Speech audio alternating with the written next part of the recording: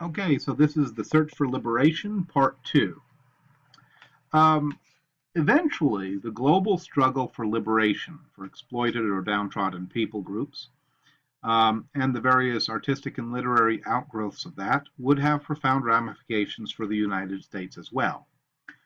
One of those ramifications was that artists and writers from various minority ethnic communities, most notably the African American community, would self consciously embrace the theme of liberation in their own work. Um, Part of this has to do with the political context of the post World War II period. From about 1890 until the mid 20th century, there emerged in the southern United States a harsh system of racial discrimination and exploitation known as Jim Crow. Um, Jim Crow was supported by two major pillars: segregation, i.e., the legal separation of the races in most public places, and disenfranchisement, i.e., taking away voting rights from Southern black people. One of the eventual effects was the outmigration of millions of African Americans from the South to northern cities. While the North was, in many ways, no more hospitable to black Americans than the South, they still faced discrimination and racial violence there. Moving north did offer them a few advantages, not the least of which were jobs, also voting, and no formal segregation. And it gave them the opportunity to build communities of fellow black people uh, around their shared experiences and aspirations. Um, and one outgrowth of that uh, in New York City is something called the Harlem Renaissance. The Harlem Renaissance. What was the Harlem Renaissance? Well, the Harlem Renaissance was an artistic and literary movement from about 1920 to 1940, centered in Harlem, a historically black neighborhood in Manhattan. There are two key themes uh, of the Harlem Renaissance around which most of the writers and artists involved in it seem to orient their work. The first is the use of art and literature to protest against Jim Crow in the South and related forms of discrimination in the North. The second is the celebration of African heritage as a part of an intellectual and cultural effort to create a new racial identity for African Americans. These themes were prolifically employed in Black literature from the period. To cite a few examples, we have Zora Neale Thurston's Their Eyes Were Watching God, a 1937 novel set in the American South during the 1920s and 30s. It follows the life of a black female protagonist, Janie Crawford, who struggles through two broken and abusive marriages to achieve a loving relationship, which she eventually finds with her third husband, as well as emotional and financial independence. Two of the key themes are liberation from racism and also liberation from traditional patriarchal gender roles. Um, then we have Langston Hughes. Langston Hughes was a black journalist, author, and poet who regarded himself as a, quote, lyric historian,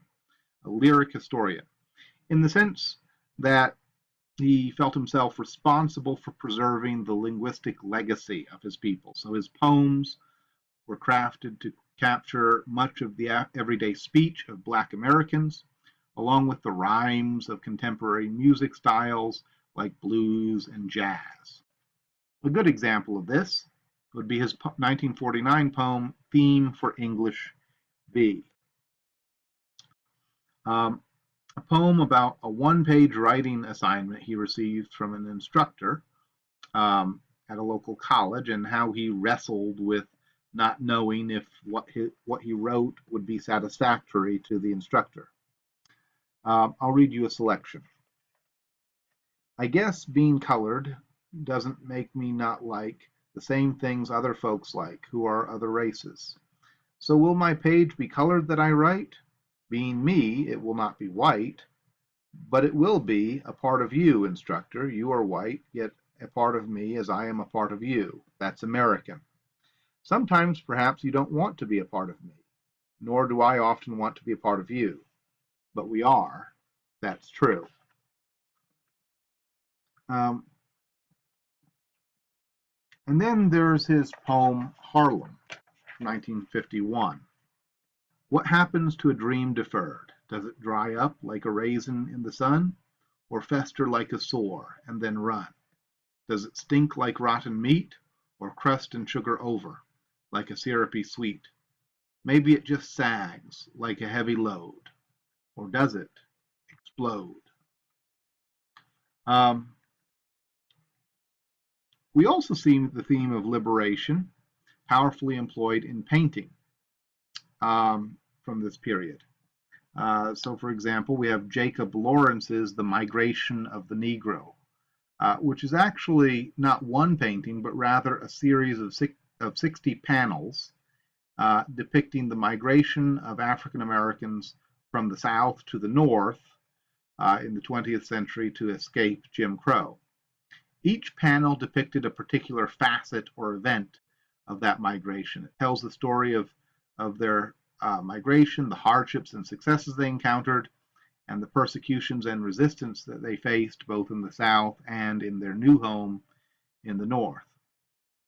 One of the more famous parts of this collection is panel 50, depicted here, which depicts a group of white race rioters in the North, part of the infamous Bloody Summer of 1919 in New York City.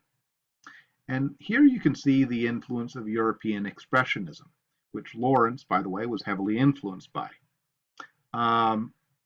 You can see it in the elongated bodies of the rioters and the distorted, almost demonic face of the rioter in the foreground, pictured here. It's very reminiscent of Kirchner's Street Berlin, which we took a look at earlier. Here's Kirchner's Street Berlin for those of you who don't remember it. And again, you can see the elongated bodies and faces of the subjects. You know, the use of non-naturalistic colors, bold color clashes, and so on. Design, you know, and it's designed to evoke a particular feeling in the audience and to express an emotional experience that the author is having. And in the case of you know, panel 50 here in the migration of the Negro, the emotional experience that he's trying to convey is terror, right? The terror that African Americans, you know, living in New York City faced when, you know, their neighbors turned on them so violently during the Bloody Summer. Then there's panel 28.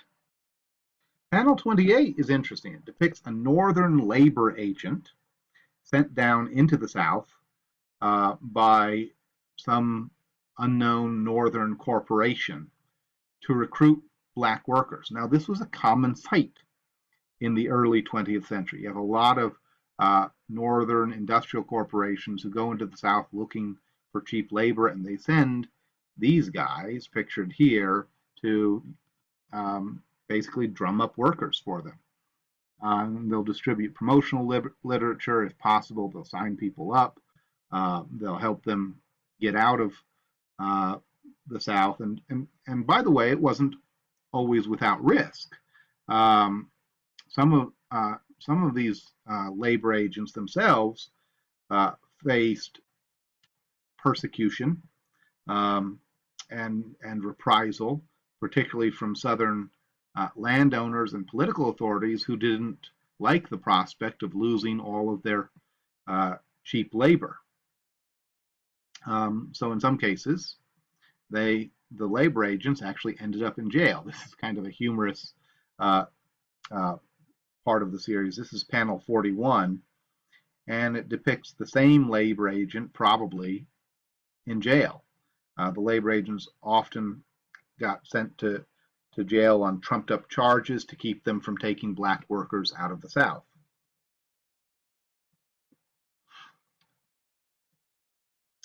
In the post-World War II period, Black artists and writers interested in exploring the theme of liberation would have new source material to draw from, the Civil Rights Movement.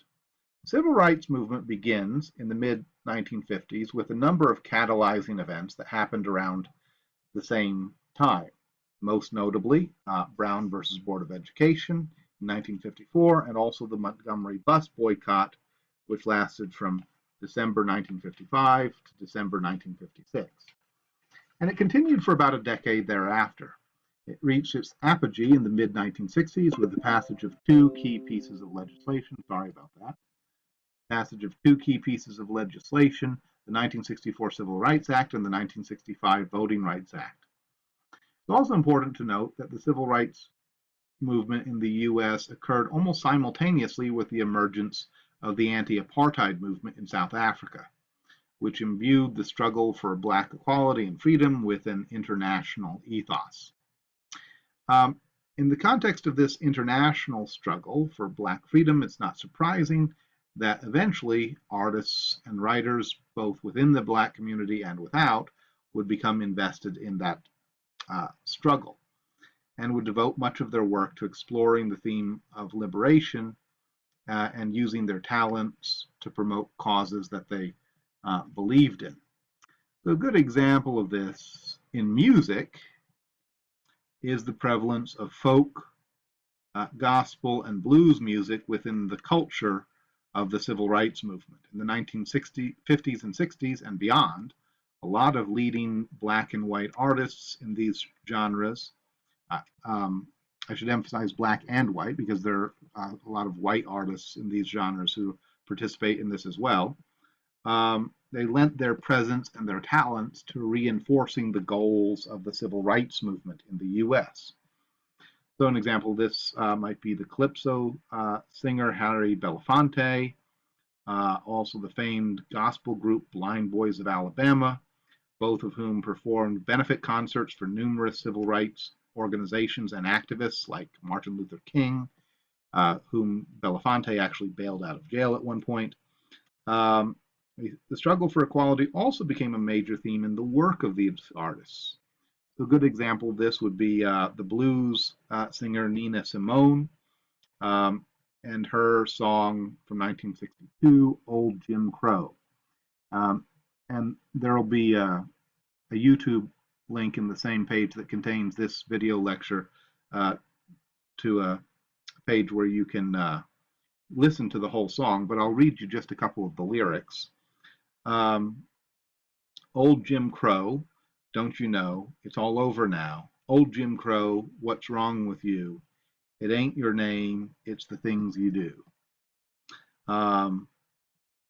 That kind of gives you a sense of what Simone is talking about there. She's talking about the Jim Crow system in the South, which by 1962 was tottering, was on its last legs, hence the refrain, it's all over now.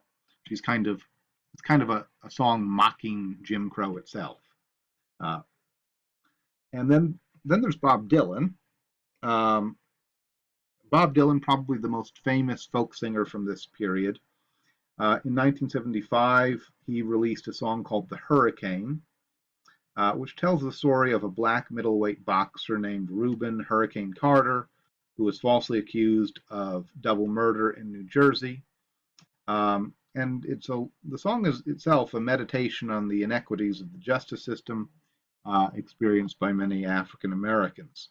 And there's also a link on the lecture page to Bob Dylan's Hurricane.